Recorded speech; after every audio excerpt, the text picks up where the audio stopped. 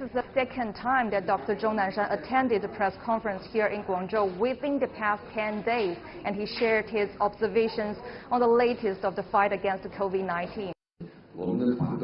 Our team adjusted the traditional model of prediction by taking into consideration of China's control efforts and the lack of a travel rush after the Lunar New Year holiday.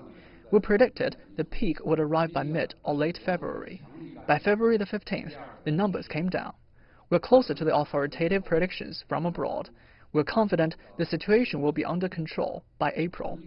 The infection was first spotted in China, but the virus may not have originated in China.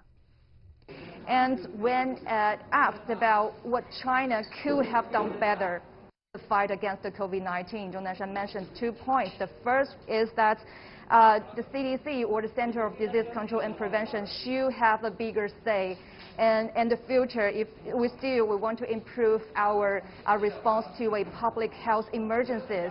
And he said that right now the CDC is still more like a technical department of China, but he suggested the policymakers in China should listen more to CDC in the future. And the second point is that now we're still lack of long-term research of epidemics.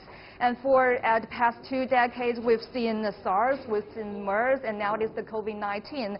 But because of a lack of long-term research, now when we face the COVID-19, it's very difficult for us to develop a kind of new medicine. And in terms of the international cooperation, Zhong Nanshan says that China is willing to share its experiences with other countries to fight against the COVID-19. And he mentioned that at the end of this week, he will have a report to the European Respiratory Society via a video conference, and by then he will share some of China's most effective experiences with the society.